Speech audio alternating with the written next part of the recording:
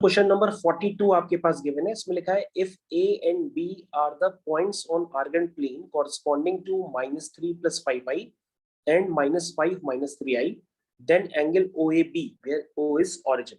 तो बच्चों इस तरह के क्वेश्चंस को करने के लिए आपको सबसे पहले रोटेशन का आइडिया होना चाहिए, क्योंकि बच्चों अगर आप डायग्राम से देखें तो आपके पास दो कॉम्प्लेक्स नंबर है। एक कॉम्प्लेक्स नंबर आपका -3,5 है जो कि आपका सेकेंड क्वाड्रेंट में है। एक कॉम्प्लेक्स आपका -5 - 3 है, वो आपका third complex number third quadrant. अगर आप ध्यान से देखें इन दोनों कॉम्प्लेक्स नंबर का मैग्नीट्यूड भी सेम है। इन दोनों कॉम्प्लेक्स नंबर का मैग्नीट्यूड भी सेम है। अगर आप मैग्नीट्यूड दोनों कॉम्प्लेक्स नंबर का निकालेंगे, लेट से अगर आप Z1 का निकालेंगे तो वो आएगा -3 का स्क्वायर + 5 का स्क्वायर, और Z2 का निकालेंगे तो वो आएगा -5 का स्क्वायर + -3 का स्क्वायर। तो क्या दोनों सेम है? और अगर बच्चों मैग्नीट्यूड इनके सेम है तो आपको रोटेशन की याद तुरंत आ जानी चाहिए कि यहाँ पर आपको AOB एंगल जनरेट करना है। या तो आप ऐसे सोच लीजिए कि आप OA को रोटेट करेंगे OB की तरफ, तो जब AO को रोटेट करेंगे OB की तरफ तो OB कौन सा वेक्टर है? तुम कहोगे सर OB वेक्टर है Z2। तो बच्चों आपको Z2 वेक्टर चाहिए, लेकिन वो वेक्टर कब ऑब्टेन्ड होगा? जब आप Z1 वेक्टर को अल्फा के एंगल से रोटेट करेंगे। तो बच्चों क्या आप सभी लोगों को यहां पर रोटेशन का कंसेप्ट याद आता है कि Z2 = Z1 times e⁻I alpha. ध्यान से देखिए, Z2 तभी ऑब्टेन्ड होगा जब आप Z1 को अल्फा से रोटेट करेंगे। मेरे ख्याल से सभी को समझ में आ गया होगा।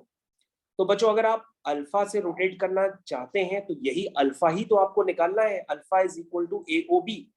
तो बच्चों अब आपको कुछ नहीं करना, अब आप डायरेक्टली लिख लीजिए कि e⁻I अल्फा जो होगा वो Z2/Z1 होगा। क्या सबको क्लियर है? e⁻I अल्फा क्या होगा? Z2/Z1 होगा। और बच्चों अगर आप ध्यान से बगल में देख रहे हैं तो डिनोमिनेटर में दोनों के मॉडुलस है, लेकिन उनका मॉडुलस सेम होने की वजह से वो आपस में क्या हो जाते हैं? वो आपस में कैंसिल हो जाते हैं। तो आपके पास नेट मिला के इक्वेशन बनती है कि Z2 ऑब्टेन्ड होगा कि जब हम Z1 को रोटेट करते हैं अल्फा से। क्या आप क्लियर है? तो बच्चों Z2/Z1 आप निकाल लेंगे, Z2/Z1 आप निकाल लेंगे।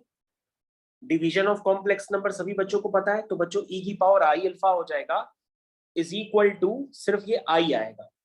और I क्या होता है बच्चों? I होता है एक इमेजिनरी कॉम्प्लेक्स नंबर, है ना। e⁻I अल्फा को लिख दीजिए आप cos alpha + I sin alpha = I। तो बच्चों यहाँ से cos अल्फा 0 आ गया और sin अल्फा 1 आ गया। इसका मतलब अल्फा क्या है बच्चों? ये अल्फा आपका π/2 है। तो बच्चों बहुत जरूरत है इन क्वेश्चंस को करने से पहले कि आप कंसेप्ट ऑफ रोटेशन को जरूर रिवाइज कर लीजिए, तभी इस तरह के क्वेश्चंस को करना अटेम्प्ट करिए।